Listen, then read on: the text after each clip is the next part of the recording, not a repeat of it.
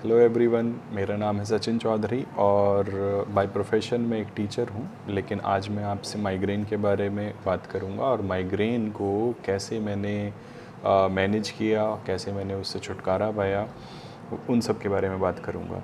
तो सबसे पहले जैसे माइग्रेन, अक्सर लोगों का सवाल होता है कि क्या सारे सर के दर्द माइग्रेन होते हैं? तो उसका जवाब है नहीं। सारे सर के दर्द माइग्रेन नहीं होते हैं। माइग्रेन के कुछ खास सिम्टम्स हैं, जैसे माइग्रेन आपके आधे सर में होगा और दूसरा किसी भी तरह की थ्रॉम्बिंग सेंसेशन होगी, जैसे पल्स आना या जैसे यहाँ दिल धड़क रहा है, जैसे ब्लड प्रेशर आपको यहाँ महसूस हो रहा होगा, यहाँ महसूस हो रहा होगा या पीछे की तरफ, किसी भी तरह का हो सकता है।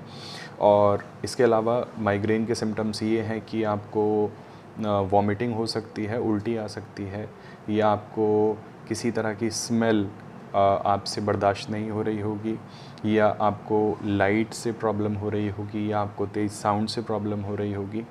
ये सारे सिम्टम्स माइग्रेन के हैं। अब मैं अपना एक्सपीरियंस बताता हूँ। मुझे माइग्रेन लगभग पिछले 6 महीने से था, या मैं कहूँ कि लगभग 1 साल से था। शुरू में चीज़ें आसान थीं, महीने में 1 बार कभी हो गया दर्द, और उसके बाद धीरे धीरे वो फ्रीक्वेंसी बढ़ती चली गई। महीने में 2 बार, महीने में 3 बार, या हफ्ते में 2 बार, हफ्ते में 3 बार, इस तरह से होने लगा।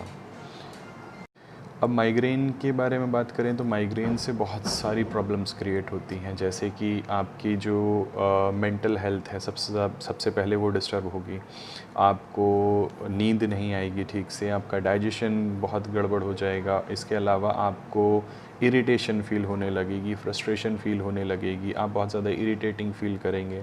ये सारी प्रॉब्लम माइग्रेन से जुड़ी हुई हैं। आप कभी बहुत तेज़ धूप में निकल जाएंगे तो आपको माइग्रेन का अटैक हो सकता है, और ये अटैक हो सकता है 2 दिन रहे, 2 घंटे रहे, या हो सकता है 4-5 दिन भी रहे। कितना सीवियर होगा ये पर्सन टू पर्सन डिपेंड करता है। और अगर मैं अपनी बात करूं, मैंने माइग्रेन को कैसे कंट्रोल किया, मुझे माइग्रेन मैंने कैसे मैनेज किया, तो मैंने हेल्प ली आयुर्वेद की। आयुर्वेद में मैंने जो एक प्रैक्टिशनर हैं उनसे कंसल्ट किया। उन्होंने मुझे नस्या क्रिया होती है एक, पंचकर्म इसे हम बोलते हैं। तो पंचकर्म एक डिटॉक्सिफिकेशन मेथड है आयुर्वेद का, जो आपके शरीर के जितने भी टॉक्सिन्स होते हैं उनको बाहर निकालता है। तो पंचकर्म में बहुत सारी क्रियाएं होती हैं। मैं कोई आयुर्वेद का प्रैक्टिशनर नहीं हूँ, लेकिन मुझे वो चीज़ें पता है जिनसे मुझे फ़ायदा मिला है। उसमें से एक क्रिया है नस्या। नस्या क्रिया, नस्या का मतलब होता है नासिका के माध्यम से मस्तिष्क में दवाई पहुंचाना, या दवा पहुंचाना, औषधि पहुंचाना। तो नस्या करने के क्या तरीके हो सकते हैं? मैं अपना तरीका आपको बताता हूँ। जब मैं सोने जा रहा होता हूँ, हर रोज़ जब मैं सोने जा रहा होता हूँ, तो मैंने गाय का शुद्ध देसी घी ले रखा है, और उस देसी घी को मैं हल्का सा गुनगुना कर लेता हूँ। और मैंने एक ड्रॉपर ले रखा है, मैंने एक बॉटल में उसमें रख रखा है, मैं उसे गुनगुना कर लेता हूँ। और हर रात सोने से ठीक पहले मैं अपनी दोनों नॉस्ट्रल्स में 2-2 ड्रॉप्स डालकर और मैं सो जाता हूँ। इसके अलावा मैंने जो घी यूज़ किया है, इसके अलावा आयुर्वेद में ओरिजिनली अनुतैलम नाम से एक तरह का तेल आता है। उस तेल में बहुत सारी औषधियाँ होती हैं, उसमें अश्वगंधा और ब्राह्मी और बहुत सारी औषधियाँ होती हैं। तो वो सारी चीज़ें किसी प्रैक्टिशनर के सलाह से ही लेनी चाहिए। लेकिन घी ऐसी चीज़ है जो मुझे लगता है शायद किसी को साइड इफ़ेक्ट नहीं करेगा, तो मैंने अपने लिए वही चूज़ किया।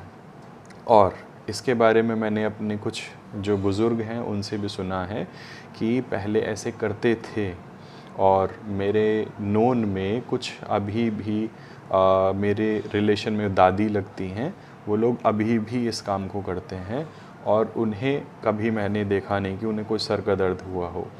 तो अब मैं रोज़ सर के दर्द से परेशान था, तो अब मैं उन्हें देखता था तो मुझे लगता था कि ऐसा कैसे हो सकता है।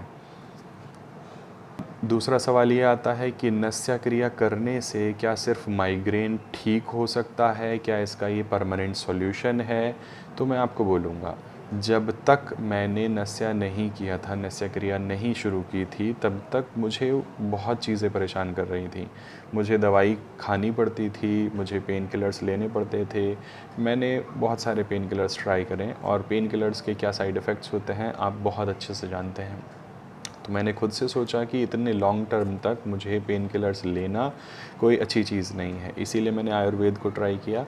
फिर मैंने जब नस्या क्रिया के बारे में पढ़ा तो मुझे पता चला कि नस्या क्रिया सिर्फ आपके माइग्रेन के लिए नहीं है, आपके साइनस के लिए है, जिसको साइनोसाइटिस हो जाता है उसके लिए बहुत अच्छा है। आपको किसी तरह की एलर्जी हो जाती है, आपको किसी पॉलन से, किसी स्मेल से या डस्ट से एलर्जी हो जाती है, उनके लिए बहुत अच्छा है। आपके आँखों के लिए बहुत अच्छा है, आपके कानों के लिए बहुत अच्छा है। मैं पूरी तरह से कहूँ तो जो गले से ऊपर का जितना भी हिस्सा है, जितने भी हमारे ऑर्गन्स हैं, उसके लिए नस्या क्रिया बहुत अच्छी क्रिया है। और ये सिर्फ मैं नहीं कह रहा हूँ, अगर आप खुद से भी रिसर्च करेंगे तो आपको इंटरनेट पे ऐसे बहुत सारे एविडेंसेस मिल जाएंगे जिसमें इन चीज़ों के बारे में लिखा हुआ है, और ख़ुद आयुर्वेद में ये सारी चीज़ें लिखी हुई हैं। लास्ट में एक चीज़ आ जाती है कि नस्या क्रिया क्या ऐसा भी हो सकता है कि कोई अवॉइड करे या किसी को नहीं करना चाहिए? तो हाँ, डिपेंड करता है पर्सन टू पर्सन। मैं आपसे फिर कहूँगा कि मैं कोई मेडिकल प्रैक्टिशनर नहीं हूँ, आपको अपने डॉक्टर से कंसल्ट ज़रूर करना चाहिए। मैंने आपको अपना एक्सपीरियंस शेयर किया है, जिन चीज़ों से मुझे फ़ायदा मिला है। और इसके अलावा जो मुझे लगता है कि अगर आपको किसी तरह का कोई फ़ीवर है तो आपको नस्या क्रिया नहीं करनी चाहिए। अगर आपको बहुत ज़्यादा कफ़ एंड कोल्ड हो रखा है तो शायद आपको नस्या क्रिया नहीं करनी चाहिए। अब ये सारी चीज़ें डिपेंड करती हैं कि आपका जो प्रैक्टिशनर है, जो आपके डॉक्टर हैं, आपके जो कंसल्टेंट हैं, वो आपसे क्या कहते हैं।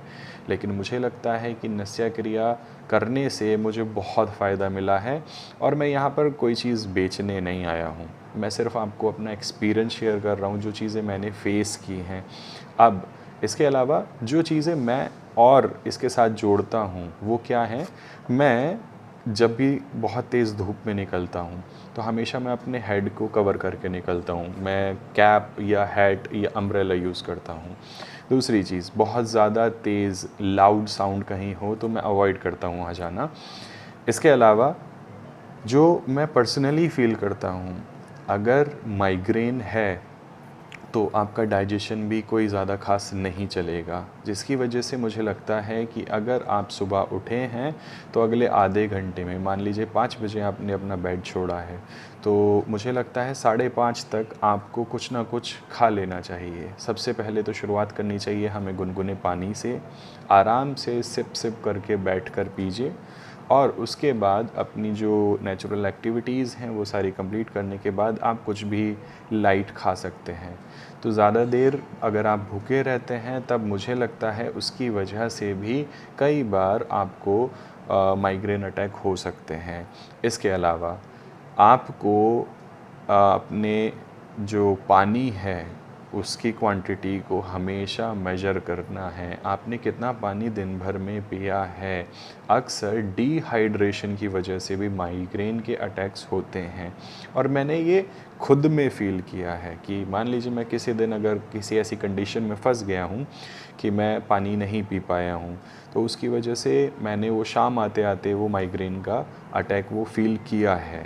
ठीक है, लेकिन जब से मैंने ये नस्या क्रिया करना शुरू किया है उसके बाद से मुझे चीज़ें रियलाइज़ हुई हैं।